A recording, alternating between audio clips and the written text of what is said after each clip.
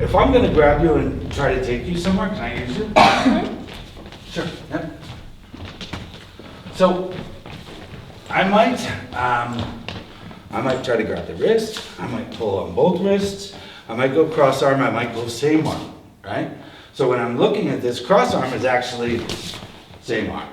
But, yeah, this is mirror image, right?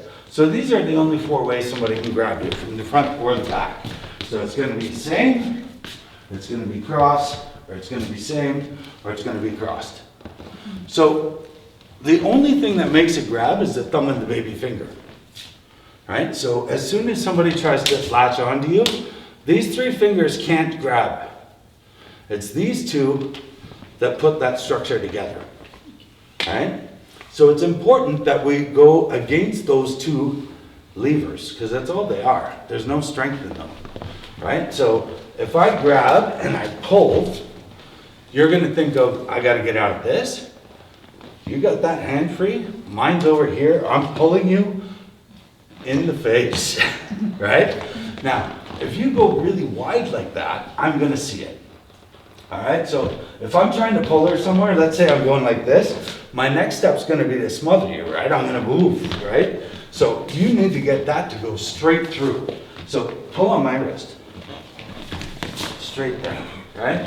So I wanna go straight across the body here. Grab on the other side, yeah. Straight across here. I don't want him to see this. Okay, so it's gonna come straight. Yeah. So, when they come in, if they're gonna grab, even if somebody's grabbing your clothes, right? And this happens to men a lot. Guys will grab on, like, yeah, you bastard, whatever, right? When that happens, I'm always in heaven. Like, that's great, because he's not hitting me with that. If he's got both hands on me, that's awesome. He's not hitting me at all. Right? And then boom, boom, boom, boom, boom, boom, that guy falls down real fast. But when he grabs your wrist and he's pulling, you're in danger. Because if you get to that secondary location, he knows that it's going to give him more of an advantage. You can make noise, he can do what he wants, he's not going to be interrupted, right? So he'll keep going. So when I grab your wrist and I pull, can I use your pad? Sure. I'm going to pull on you and I'm going to put this up. And I want you to, yeah, that's this. Okay. Don't see this one, this one. Okay? All right. Yeah, and scream, right? So I'm going to just walk around you and I'm going to grab you however I want. And you line that up. Hey, come here. Good, good, good. So now you put it on. And here's the finish for this, okay? And this works all the time. Once you hit this, I don't want you to let it go. All right, so grab, pull.